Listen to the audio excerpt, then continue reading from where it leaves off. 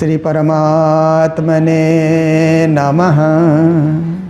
श्री गुरु चरण कमलेभ्यो नमः। आनंदकंदं प्रभुदेवचन्द्रं ब्रजेशरूपे न पुरापि जातं। प्रविश्य प्राप्तं प्रियप्राणनाथं परेशपूर्णं सततं नमामि। ब्रह्मा प्रियाजा घरनाय जातः सर्वस्वपाता भवसिन्धुत्राता। विज्ञानदाता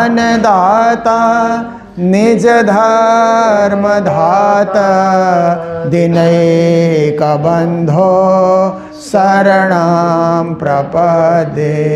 दिनैकबन्धो शरणं प्रपद्ये। मंगल कृष्ण प्रणाम है मंगल धर्म प्रकाश।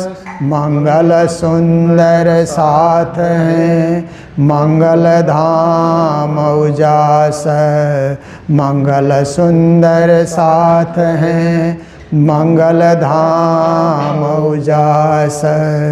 बोलो वृंदावन बिहारी लाल की जय। श्री सद्गुरु महाराज की, श्री प्राणनाथ प्यारे की, महारानी बाईजुराज की, महाराजा छत्रसाल की, गुरुजी मंगलदास महाराज की, श्री कृष्ण प्रणामी धर्म की, तीनों पुरी धाम की, सर्व सुंदर साथ की। उपस्थित धर्म प्राण शिरोमणि समस्त सुंदर साथ जी, यूएसए ह्यूस्टन अंतर्गत श्री कृष्ण प्रणामी एसोसिएशन और ह्यूस्टन के सर्व सुंदर साथ की मंडली, विशेष करके आज राजीव जी और बेला जी के घर में हम सभी उपस्थित हैं और थोड़ी देर ज्ञान गंगा में गोता लगाने के लिए प्रयास करते हैं।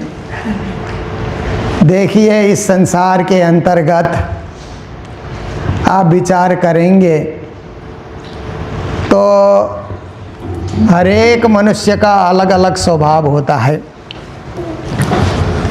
कैसे अलग अलग स्वभाव होता है कि आप देखिए, कुछ लोग संसार में ऐसे हैं प्रकृति प्रेमी, उनको केवल प्रकृति से प्रेम है। तो प्रकृति प्रेमी लोग क्या करते हैं, प्रकृति देखने के लिए निकलते हैं और घूम करके प्रकृति को देख करके, पहाड़ों को देख करके, नदियों को देख करके, झरनों को देख करके,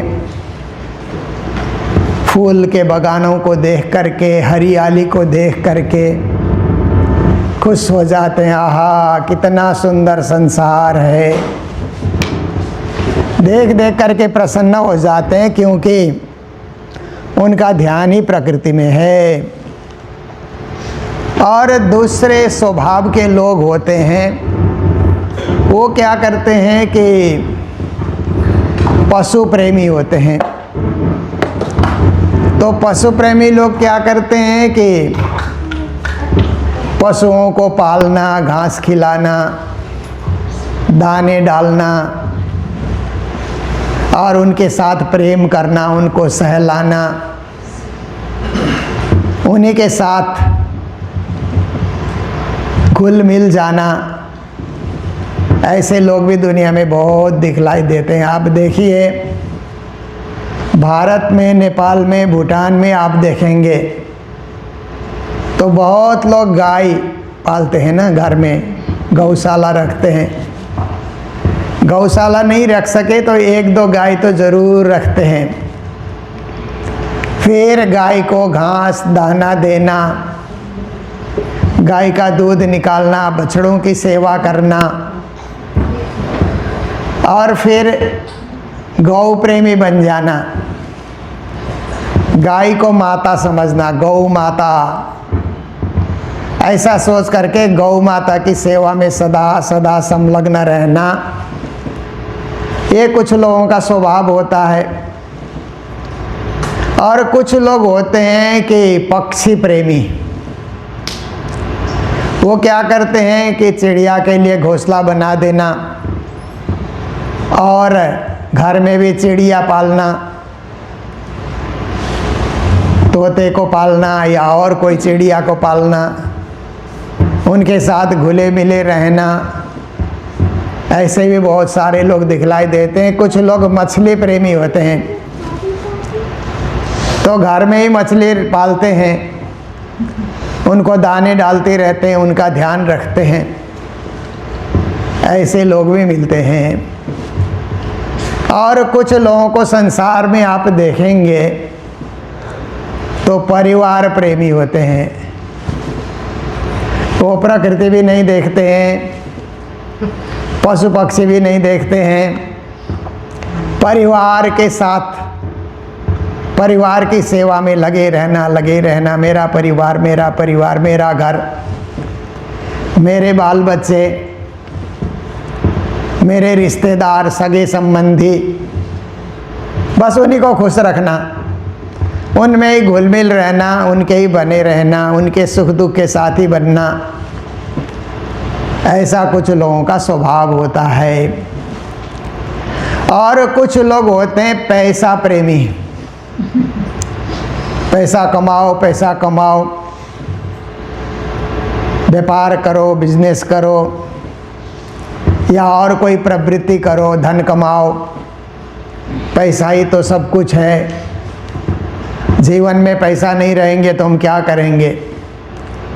ऐसा सोच करके पैसा इकट्ठा करना, दिन रात उसी में लगे रहना, ये कुछ लोगों का स्वभाव होता है। इन सब से परे और एक वर्ग है परमात्मा प्रेमी।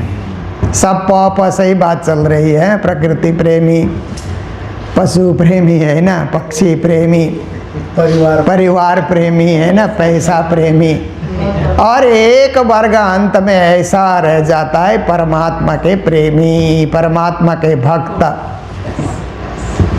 क्योंकि आज मैं संसार में हूँ तो परमात्मा की कृपा से हूँ। मुझे परमात्मा ने संसार देखने भेजा, एक परिवार में जन्म दिया और पढ़ने का, बढ़ने का, जानकार होने का मौका दिया। परमात्मा अदृश्य रूप से मुझ पर कृपा बरसा रहे हैं।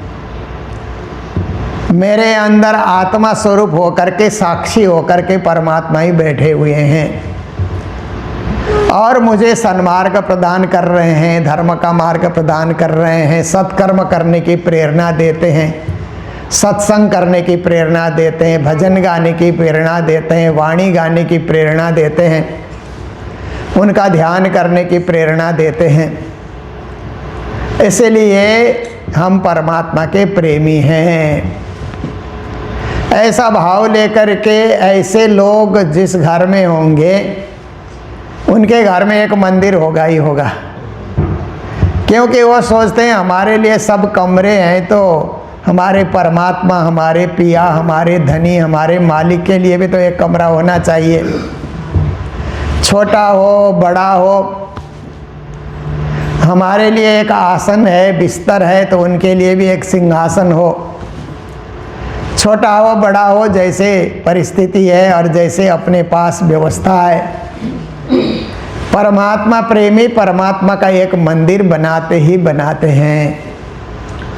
फिर क्या करते हैं कि सुबह पहले उठ करके नहा धो करके, शुद्ध वस्त्र धारण करके, शुद्ध मन बना करके, स्वच्छता के साथ, पवित्रता के साथ परमात्मा की पूजा करते हैं।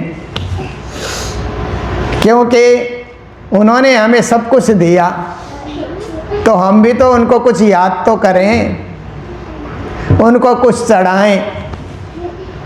चढ़ाने के लिए तो क्या है, आप देखिए, उनका ही दिया उनको ही चढ़ाना है।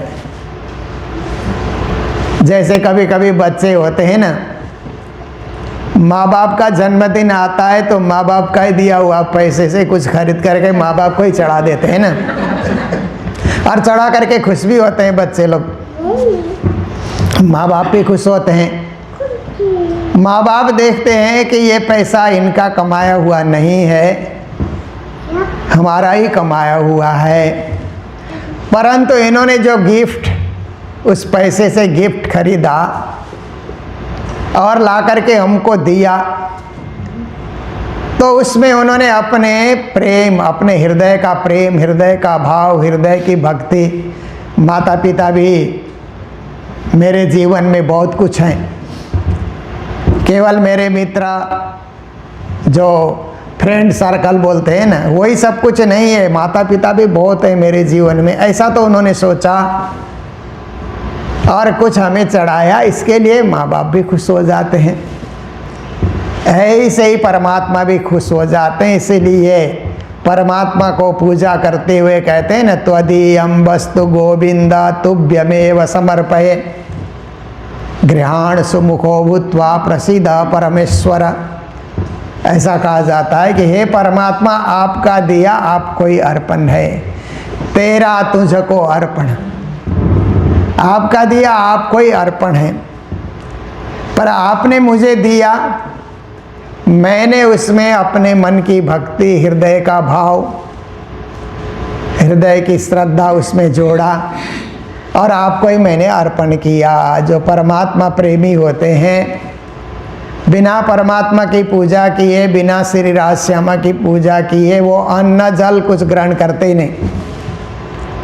पहले पूजा, पहले पाठ, पहले जप, पहले ध्यान, जितना बन सके, आधा घंटा बने, 1 घंटा बने, 15 मिनट बने, जल्दी है तो 10 मिनट, 5 मिनट, कुछ उनको याद करके उनका धराया प्रसाद, महाप्रसाद, कुछ भी है ग्रहण करके फिर अन्न जल ग्रहण करते हैं।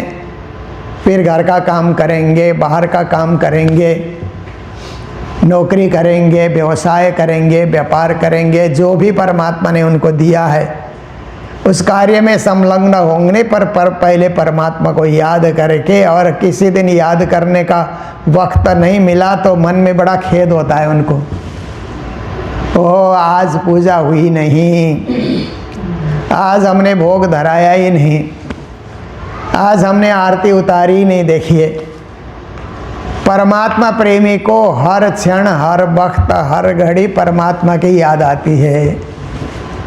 जैसे और चीज़ के प्रेमी हैं, जैसे जानवर प्रेमी हैं, तो जानवरों की याद आती है ना, हमने पाल रखा है। अब नेपाल, भारत में तो गाय पालते हैं, इधर गाय पालने की छूट नहीं है, घर घर में, इसीलिए कुत्ते, बिल्ली इत्यादि लोग पालते हैं, उनसे बड़ा प्रेम हो जाता है। और कई लोग मछली पालते हैं, उनसे भी प्रेम हो जाता है। बीमार होते हैं तो खुद को भी लगता है कि बेचारे ये बीमार हो गए, तो कई इलाज हम करें। देखिए, जिसके प्रति हमारी वृत्ति हो जाती है उसी की याद आती है, उसी का मोह हमें सताने लग जाता है। तो परमात्मा की तरफ वृत्ति हो जाए तो परमात्मा की भक्ति जागने लगती है। परमात्मा से जो प्रेम होता है उसको मोह नहीं कहा जाता है, उसमें आसक्ति नहीं होती है, निरासक्ति कहते हैं। उसमें केवल एक श्रद्धा, भावना, अर्पण, समर्पण, प्रार्थना, आराधना, ये सब चीज़ें परमात्मा की भक्ति में होती है। तो श्री प्राणनाथ जी महाराज जो हमारे प्रणामी परंपरा के आद्य सद्गुरु तो देवचंद्र जी महाराज हैं। फिर उसके बाद इसको व्यापक बनाने में श्री प्राणनाथ जी महाराज ने बहुत बड़ा कार्य किया। वाणी के माध्यम से उन्होंने इतनी सारी चौपाइयाँ, 18,758 कहा जाता है ना कुल चौपाइयाँ, 14 ग्रंथ में विभक्त वाणी ग्रंथ तारतम सागर उन्होंने हमें दिया। तो ऐसे स्वामी महामती श्री प्राणनाथ जी महाराज तारतम वाणी के अंतर्गत बहुत कुछ ज्ञान हमें देते हैं। और ज्ञान देते हुए रास ग्रंथ में कहते हैं कि संसार तना काम सर्वेरे करता पड़ चित्त मानवे द्योरे पास। आप संसार का काम कीजिए, जैसे ब्रज की गोपियां भी करती थी संसार का काम, क्योंकि वो दुनिया में आए तो दुनिया का काम करना ही पड़ेगा। कोई हमें रोज भोजन बना करके देगा ऐसी बात नहीं है, हमें भी परिश्रम करना होगा, अपनी कमाई करनी होगी, व्यवस्था करनी होगी। पर संसार का काम करते हुए संसारी सब कुछ है ऐसा नहीं मानना। हमारे आराध्य ही सब कुछ हैं, हमारे परमात्मा ही सब कुछ हैं, ऐसा मान करके उनके दिए कार्य को हम अच्छी तरह निर्वहन कर रहे हैं, पालन कर रहे हैं। परिवार उनका दिया हुआ है, उनका पोषण हम कर रहे हैं, पढ़ा रहे हैं, लिखा रहे हैं। पर हमारा मुख्य लक्ष्य है परमात्मा को पाना, मोक्ष पाना, अंत तो गत्वा मोक्ष को पाना। तो इसके लिए ब्रज की गोपियों का उदाहरण दिया जाता है। गोपियाँ भी और कोई नहीं है, परम धाम की ब्रह्म सृष्टि है। क्योंकि आपको पता है कि परम धाम में पहले सखियों ने श्री राज्य महाराज से कहा कि हमको खेल दिखाइए। ऐसे तो राज्य महाराज 25 पक्ष दिखाते थे, परम धाम दिखाते थे, वहाँ का सत चिद आनंद का अनुभव कराते थे राज्य महाराज। घुमा घुमा करके 25 पक्ष परम धाम के 7 परिक्रमा, कुछ नहीं उन्होंने दिखाने में कोई कमी नहीं रखी। पर एक रोज सखियों ने अक्सर ब्रह्म के दर्शन किए तो कहने लगे कि ये जो खेल बनाते हैं, सृष्टि रचते हैं, माया का खेल बनाते हैं, वो हमें दिखाइए। ऐसा करके उन आत्माओं ने, ब्रह्मा आत्माओं ने जिज्ञासा रखी, बार बार जिज्ञासा रखी। तो पूर्ण ब्रह्म परमात्मा ने पहले तो मना किया, 3 बार मना किया। मने किए हमको 3 बेरा, तब हम मांग्या फेरा फेरा फेरा। चौपाई आती है वाणी में कि उन्होंने 3 बार मना किया कि ये देखने योग्य नहीं है, मत जाओ मत जाओ, भूल जाओगे, भटक जाओगे, जन्म मृत्यु के चक्कर में पड़ जाओगे, कर्म का चक्र शुरू हो जाएगा तो कभी उसका अंत ही नहीं आएगा। फिर भी आत्माओं ने कहा एक बार तो दिखाइए, जरा दिखाइए, थोड़ा अनुभव कराइए। ऐसा करके जब उन्होंने बार बार आग्रह किया तो पूर्ण ब्रह्म परमात्मा ने कहा ठीक है, देखो संसार को। ऐसा करके पूर्ण ब्रह्म परमात्मा ने आदेश दिया। उतरते अरवासों कया अलस्तो बे रब कुम नासुत जिमी में जाए के जिन मुझे भूलो तुम।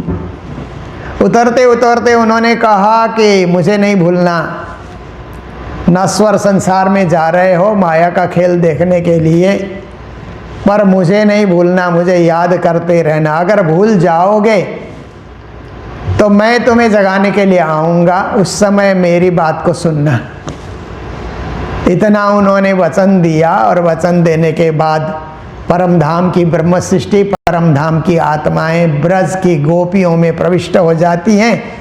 सुरता प्रवेश करती है तो उनको लगता है कि हम ब्रज की गोपियाँ हैं। देखो हमारा छोटा सा घर है, गौशाला में गाय बंधी हुई है, देखो हमारे घर में तो अब हम तो गोपियाँ हैं, पर गोप भी तो हैं इस घर में, ग्वाले भी हैं इस घर में, हमारा पति भी है, देवर भी है, जेठ भी है, बाल बच्चे भी हैं यहाँ पर, सास ससुर भी है यहाँ पर, इनकी भी सेवा करनी पड़ेगी। ऐसा सब ज्ञान होने लगा कि ये परिवार को संचालन करना पड़ेगा। परिवार में कोई भूखा ना रहे तो भोजन भी बनाना पड़ेगा, भोजन बनाने के लिए लकड़ियाँ ढूंढनी पड़ेगी। परम धाम में तो सब कुछ इच्छा से होता है ना, ये सब इच्छा से मगावे। परम धाम में तो सब इच्छा से सब कार्य हो जाता है। स्वयं सिद्ध देश है परम धाम। संसार कर्म सिद्ध देश है, कर्म करेंगे तो फल मिलेगा, कर्म नहीं करेंगे तो कुछ नहीं मिलेगा। सुबह से शाम तक घर में बैठिए, भोजन मत बनाइए तो भूखे ही रह जाएंगे। भोजन बनाना एक कर्म है, भोजन बनाएंगे तो पेट भर जाता है। फिर आप देखिए, आप नौकरी में जाएंगे, जॉब में जाएंगे तो पैसा कमाएंगे, नहीं जाएंगे तो कुछ नहीं होगा, कर्म करना ही पड़ता है। स्वर्ग वैकुंठ को कहा जाता है इच्छा सिद्ध। स्वर्ग वैकुंठ हमें कर्म करना नहीं पड़ेगा, इच्छा करनी पड़ेगी कि मुझे ये चाहिए, तो स्वर्ग वैकुंठ में वो चीज़ अपने आप ही उपलब्ध हो जाती है। परम धाम स्वयं सिद्ध देश है, वहाँ कुछ सोचना भी नहीं पड़ेगा, सब परिपूर्ण है, कुछ बोलना ही नहीं पड़ेगा, सबके सब परिपूर्ण, वहाँ कोई चीज़ की ज़रूरत नहीं है। जैसे किसी किसी के घर में हम लोग तो रोज़ ही यात्रा में होते हैं ना, तो किसी किसी के घर में जाते हैं तो एक एक सामान मांगना पड़ता है, ये रखिए, ये रखिए, ये रखिए, ऐसा करके। पर कुछ लोग ऐसे जानकार होते हैं कि कुछ मांगना ही नहीं पड़ता है, सब के सब परिपूर्ण है, भोजन भी परिपूर्ण है, बिस्तर भी है, सब कुछ है। देखिए परिपूर्ण, क्योंकि वो तो हमारे मन की बात है ना, मन में परिपूर्णता है तो सब कुछ परिपूर्ण अपने आप हो जाता है। मन में कमी है तो चीज़ों की भी कमी रह जाती है, कभी देखभाल की भी कमी हो जाती है। तो ऐसे परिपूर्ण परम धाम में रहने वाली आत्माएं, सखियां ब्रजमंडल में आकर के अपूर्ण देश में देखती है, यहाँ तो पानी भी नहीं है, चलो जमुना भरने के लिए। परम धाम में तो मारा वाला जी चलो जमुना जल झीलिए, परम धाम में तो जमुना में झीलना करने के लिए जाते थे। और सुबह सुबह तो तीसरी भूम की पड़साल में जब राजश्यामा आते हैं तो सब सखियां वहाँ पर आती थी और गाना शुरू करती थी, मारा बालाजी चलो जमुना जल झीलिए। तो जमुना का जल वहीं प्रकट हो जाता था, राज जी को भी झीलना कराओ, श्यामा जी को भी झीलना कराओ, जमुना तक जाने की जरूरत भी नहीं है, खुद भी उस जमुना जल से आचमन करो। ऐसे ही परम धाम की स्थिति है। ब्रजमंडल में आने के बाद तो घर से घड़ा लेकर के, एक घड़ा, दो घड़ा, तीसरा घड़ा, घड़े के ऊपर घड़ा चढ़ा करके गपशप करते हुए, बातचीत करते हुए जमुना जी में सब गोपियाँ मिल करके चले जाना और वहाँ जल भरना। जल भर करके फिर एक घड़ा खुद चढ़ाना, फिर दूसरी सखी चढ़ा देती है, फिर उसके ऊपर भी चढ़ा देती है। बिना हिले, सिर को बिना हिलाए जल ले करके आना और उस जल से भोजन बनाना। आप देखिए, पर अब खेल देख रहे हैं, खेल देखने आए हैं तो सब कुछ तो देखना ही पड़ता है। तो इस प्रकार से जब पूर्ण ब्रह्म परमात्मा ने देखा कि मेरी आत्माएं तो संसार में आकर के माया के खेल में भूल गई, ब्रजलीला में भूल गई, अपने आप को सोचती है कि हम यहाँ की गोपियाँ हैं, इनको अब जगाना पड़ेगा। तो कृष्ण के रूप में अब पहले मथुरा में और फिर नंद बाबा के घर में गोकुल में वो प्रकट होकर के फिर जब कृष्ण जन्म का उत्सव मनाया जाता है और गोपियाँ सोचते थे कि हमारे धनी कहाँ हैं, हम कब मिलसी अपने धनी, ऐसा सोच रहे थे कि हमारे मालिक कहाँ हैं, ये संसार तो केवल एक पारिवारिक जीवन है, हमारे धनी, हमारे पिया कहाँ हैं। तो कृष्ण जन्म का समाचार जब उनके घर घर में आया तब ब्रज गोपियों को लगा कि हो न हो हमारे मालिक, हमारे प्रियतम, हमारे परमात्मा तो नंद घर में पधार चुके हैं, चलो दर्शन करने चलो। आज बधाई ब्रज घर घर प्रकट सि नंद कुमार, दूध दधिये उमर धोए, तोरण बांधे ब्रजनार। फिर नंद के घर जाकर के घर को भी सजाती है, कृष्ण के दर्शन भी करती है। तब से लेकर के उनके हृदय में कृष्ण भक्ति का ये जो है भाव उदय हो जाता है, हमारे प्रियतम हमारे साथ हैं ऐसा उनको अनुभव हो जाता है। तो अब जल भरने के लिए निकलती हैं तो नंद घर की ओर देखते हुए कहीं कन्हैया के दर्शन हो जाएं। तो जल भरना भी एक कर्म है, पर कृष्ण दर्शन करके जल भरती है तो कर्म ही धर्म हो जाता है। देखिए दुनिया में कर्म बहुत सारे लोग करते हैं ना, परंतु कर्म को धर्म बनाने की कला होनी चाहिए, नहीं तो कर्म हमेशा कर्म ही रहेगा। कर्म क्या है कि जन्म मृत्यु के चक्कर में डाल देता है, कर्म का फल भोगना पड़ता है। पर कर्म को धर्म बनाया तो फल भोगना नहीं पड़ेगा, क्योंकि कर्म शुद्ध हो गया, हमारा कर्म पवित्र हो जाता है। इसके लिए ज्ञानी जन हमें समझाते हैं, गुरुजन हमें समझाते हैं कि जो भी हम काम करें पूजा समझ करके हम करें। जैसे घर में भोजन बना रहे हैं तो ये भोग धराएंगे राज्य जी को, ऐसा सोच करके शुद्धता से पवित्रता से हम बनाएं। तो भोजन बनाना भी भोग व्यंजन बनाना हो गया ना। कर्म समय उतना ही लगा, परिश्रम उतना ही लगा, सामान उतने ही प्रयोग हो गए, पर आपका कर्म ही धर्म बन गया। तो ऐसे ही आप देखिए कि गीत गाने का स्वभाव होता है ना, कई लोगों का गीत गाते ही गाते हैं, बिना गीत गाए रह नहीं सकते हैं, तो कुछ ना कुछ गुनगुनाते रहते हैं। आप देखिए जो धुन आपको अच्छा लगे वो गीत, कोई नई सिनेमा आई, पिक्चर आई, तो उसके गीत भी गुनगुनाने लग जाते हैं। पर उस जगह पे परमात्मा का भजन और धुन गुनगुनाने हम लगें तो कर्म धर्म बन गया। फिर पहले गीत गा रहे थे तो नायक और नायिका याद आ रहे थे, अब भजन गा रहे हैं तो परमात्मा याद आ रहे हैं। कितना फर्क पड़ा, गाने में तो उतना ही स्वर का खर्चा हुआ, समय उतना ही लगा, शब्द ऐसे ही उच्चारण किए गए, पर आपका कर्म धर्म बना, क्योंकि आपने भजन के रूप में उसको बदल दिया। तो गप सप हम लोग करते हैं ना, मनुष्य का स्वभाव है बोलना, गप सप करना। देखिए परमात्मा ने मनुष्य की सृष्टि रची तो कितना कुछ गुण इसको दिया है ना।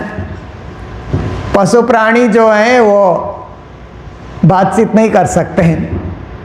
पक्षियों को देखिए मिलते हैं तो चाँ चाँ ची ची ऐसे करते हैं, आवाज़ निकालते हैं, उनके पास आवाज़ है, भाषा नहीं है, तो उसी आवाज़ से वो पहचानते हैं एक दूसरे को, पर भाषा नहीं। आज आप देखिए कुत्ते बिल्ली हैं या जानवर जो भी हैं, गाय हैं भैंस है, आप देखिए उनके पास एक आवाज़ है पर बोली नहीं है, भाषा नहीं है उनके पास। हमारे पास भाषा है, इसलिए हम एक दूसरे को समझते हैं, गप सप करते हैं, मिलने से अपनी अपनी भाषा में गप सप शुरू कर देते हैं। पर गप सप की जगह हम सत्संग शुरू कर दें तो गप सप करना तो कर्म है, सत्संग करना धर्म है। अब गप सप करने में भी उतना ही समय लगा, उतनी ही एनर्जी आपकी लगी, बोलने में तो लगता ही है ना, पर आपने परमात्मा का नाम लेकर के गप सप शुरू कर दिया। परमात्मा की लीला आपने सुनाई, बीतक आपने सुनाई, वाणी सुनाई, कृष्ण कथा आपने सुनाई, तो क्या होता है कि वो कर्म ही, बोलना ही धर्म हो गया। तो इसी प्रकार से आप देखिए कि संसार के अंतर्गत भोजन करना भी एक कर्म है, पर परमात्मा को भोग लगा करके भोजन करने से वो प्रसाद हो जाता है, धर्म हो गया। जल पीना भी एक कर्म है, पर परमात्मा को चढ़ा करके पीते हैं तो वही जमुना जल, वही गंगा जल, वही राज्य का चरणामृत देखिए, तो कर्म ही धर्म बन जाता है। इसलिए ब्रज की गोपियाँ अब कृष्ण आने के बाद ऐसा कर्म करती हैं कि उनका कर्म ही धर्म बन जाता है। और जो कुछ करना कृष्ण को याद करके करना, और कृष्ण के दर्शन करके सब काम करना, और गाय का दूध निकालना तो भी इसको दूध को जमा करके मक्खन तैयार करेंगे, कृष्ण को भोग लगाएंगे, कृष्ण आकर के ग्रहण करेंगे। जल भरने जाएंगे तो भी श्री कृष्ण के दर्शन हो, वहाँ पर ऐसा भाव लेकर के कुछ भी काम करना तो कृष्ण दर्शन की अभिलाषा लेकर के काम करना, तो ये है परमात्मा की भक्ति। और जीवन का बड़ा भारी परिवर्तन है, हम परमात्मा प्रेमी हो जाते हैं। और जो परमात्मा प्रेमी होते हैं तो श्री प्राणनाथ जी महाराज ने सेवा पूजा के अंतर्गत कहा कि परमात्मा प्रेमी होते हैं तो सुबह जैसे ही 4 बजे 5 बजे हो जाए ना, तो एकदम से नींद टूट जाती है, घंटे लगाने की जरूरत भी नहीं पड़ती है, एकदम से नींद टूट जाती है। ओहो, परमात्मा की पूजा करने का समय हो रहा है, नहा धो करके पूजा में बैठना चाहिए, ऐसा अपने आप ही अपना ही मन कहने लगता है। किसी को कहना नहीं पड़ता है कि बड़े लोग कहेंगे तो हम करेंगे, ये तो बचपन वाली बात होती है, पर हम अपने आप ही करेंगे। हमारा मन ही हमको कहेगा कि अभी पूजा का टाइम हो गया। शाम होते हुए भी दिया जलाएं, आरती करें, पूजा करें, संध्या सुमिरन आरती भजन भरोसे दास मनसा बाचा कर्मना श्री जुगल चरण की आस। श्वास श्वास निज नाम जपो वृथा श्वास मत खोए, ना जाने इन श्वास को फिर आव न होए तन दीपक मन ज्योति कर प्रेम घृत लवलाय शोभा लख श्री राज की आरती करो चितलाय। देखिए ये है परमात्मा प्रेमी बनने का अर्थ। कि संध्या काल आते ही सुमिरन करने लग जाते हैं। आप देखिए, सुमिरन में आप नित्य पाठ कीजिए, सेवा पूजा का पाठ कीजिए, निज नाम का जाप कीजिए, कुछ भी है उनको याद करना है। सुमिरन उनकी भक्ति, उनका स्मरण करना, परमात्मा की चौपाइयाँ बोल करके उनको याद करना और उनकी आरती उतारना। क्योंकि हम आरती उतारते हैं तो क्या है कि आरती में हम लोग बाती, घी और अग्नि जलाते हैं ना। दिए में बाती रखते हैं, घी उसमें डाल करके फिर उसमें क्या है कि आग सुलगाते हैं तो दिया प्रकटित हो जाता है, दिया जलने लगता है, आरती जलने लगती है, फिर हम लोग आरती उतारते हैं। तो प्राणनाथ जी ने सेवा पूजा में बताया, तन दीपक मन ज्योति कर प्रेम घृत लवलाय, शोभा लख श्री राज की आरती करूं चितलाय। आपका तन ही दीपक है, मन ज्योति है, प्रेम रूपी घी आप डालिए और राज्य की शोभा को देख करके अपने को ही आरती बना डालिए। एक आरती बाहर हो रही है, एक आपके अंतर मन में आरती हो रही है, आप ही समर्पित होते जा रहे हैं। तो इस प्रकार से आपकी भक्ति सार्थक भक्ति होगी, अनन्य भक्ति होगी, पराप्रेम लक्षणा भक्ति होगी। और प्रणामी परंपरा में परमात्मा प्राप्ति का सबसे सरल साधन है सेवा पूजा। क्योंकि अन्य संप्रदाय में परमात्मा प्राप्ति के लिए कर्मकांड को साधना बताया जाता है। तो आप देखिए, हिंदू परंपरा में जो कर्मकांड की विधि है उसमें एक कर्मकांड कराने वाला जानकार विद्वान आ जाता है और वेद मंत्रों के द्वारा आपसे कर्मकांड कराएगा। तो देवी देवताओं का आह्वान किया जाता है, फिर उनकी पूजा की जाती है, उनसे मंगल कामना प्राप्त की जाती है, फिर देवी देवताओं की विदाई की जाती है। गच्छ गच्छ सुर श्रेष्ठ स्वस्थानम परमेश्वर, आप लोगों को बुलाया है देवी देवता, आप हमारा काम सिद्ध कीजिए, फिर आप अपनी जगह में जा कर के बैठिए। ऐसे कर्मकांड का विधि विधान होता है, हवन भी किया जाता है, बहुत कुछ वहाँ पर तैयारी की जाती है, फल फूल नैवेद्य इत्यादि जो भी है वहाँ पर बहुत कुछ सजा करके तैयार की जाती है। एक मार्ग ये है कि कर्मकांड के मार्ग से परमात्मा के पास धीरे धीरे जा कर के पहुँचना। दूसरा मार्ग है कि किसी ब्राह्मण पंडित या उपदेशक को बिना बुलाए ही आप घर में ही व्रत रखिए।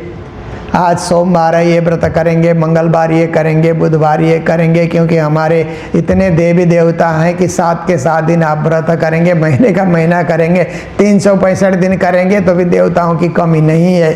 तो इतने सारे हमारे देवी देवता हैं, तो आप घर में आज व्रत रखते हैं, आज ये करते हैं, आज इनका जाप करेंगे, आज इनका जाप करेंगे, आप करते रहिए। उसको उपासना कहा जाता है, उसका भी कोई अंत नहीं, कर्म का भी कोई अंत नहीं, उपासना का भी कोई अंत नहीं। फिर तीसरा मार्ग हमारे शास्त्रों ने बताया कि योग का मार्ग। आजकल तो योग रोग भगाने का साधन बना है ना।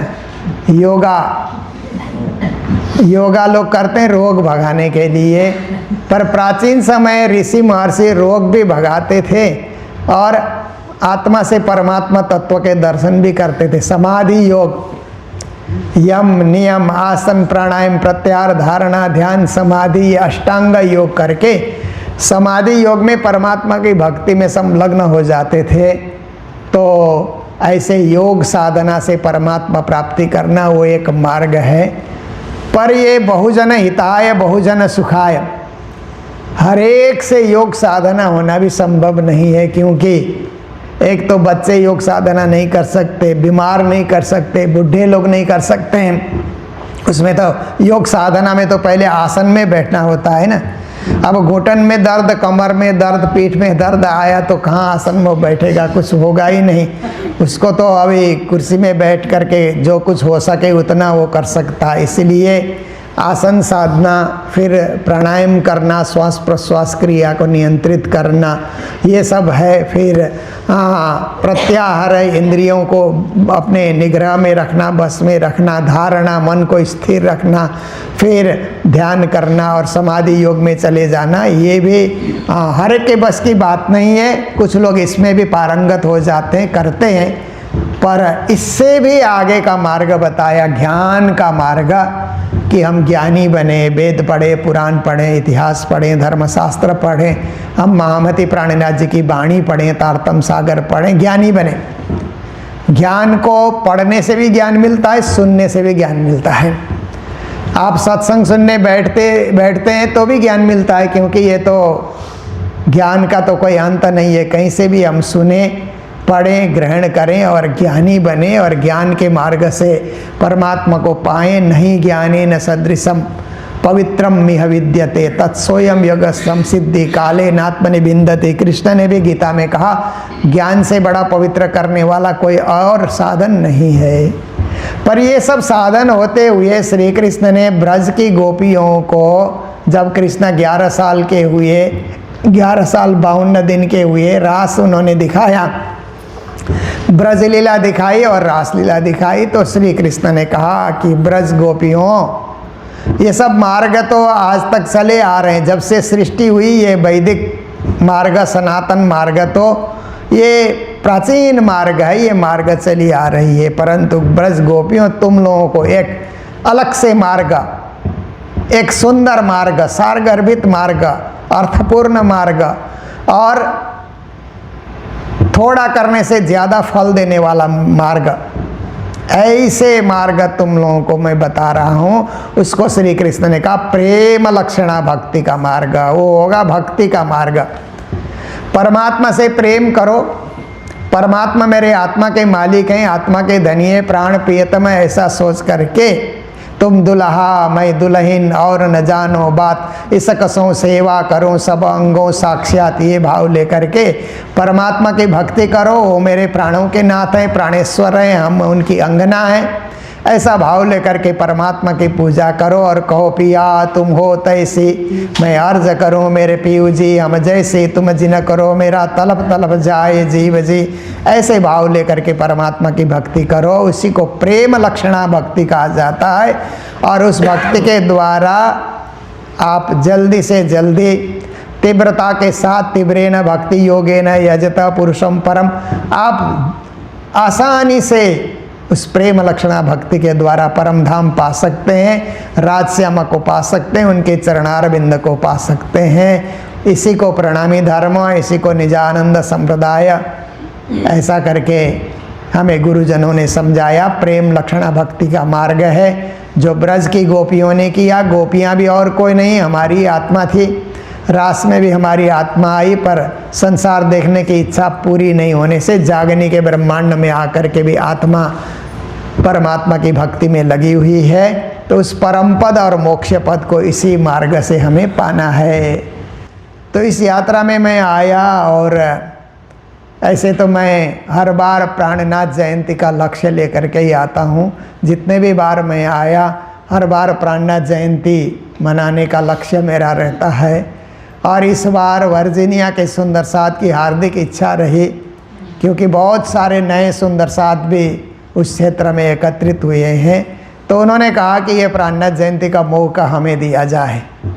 तो हम लोगों ने उनको सौंपा और उन्होंने बड़े दिल से, भावना से, भक्ति से उस कार्यक्रम को सजाया। और आप में से बहुत सारे सुंदर साथ वहाँ पर पहुँचे, नहीं पहुँचे तो आप लोगों ने YouTube में या सोशल मीडिया के माध्यम से आप लोगों ने ज़रूर देखा होगा। नहीं देखा होगा तो अभी भी देख सकते हैं, क्योंकि हम लोग प्रतिदिन YouTube में प्रणामी मीडिया चलाते हैं और उसमें सारा प्रणामी समाज में हो रहे सारा कार्यक्रम दिखाने का प्रयास करते हैं।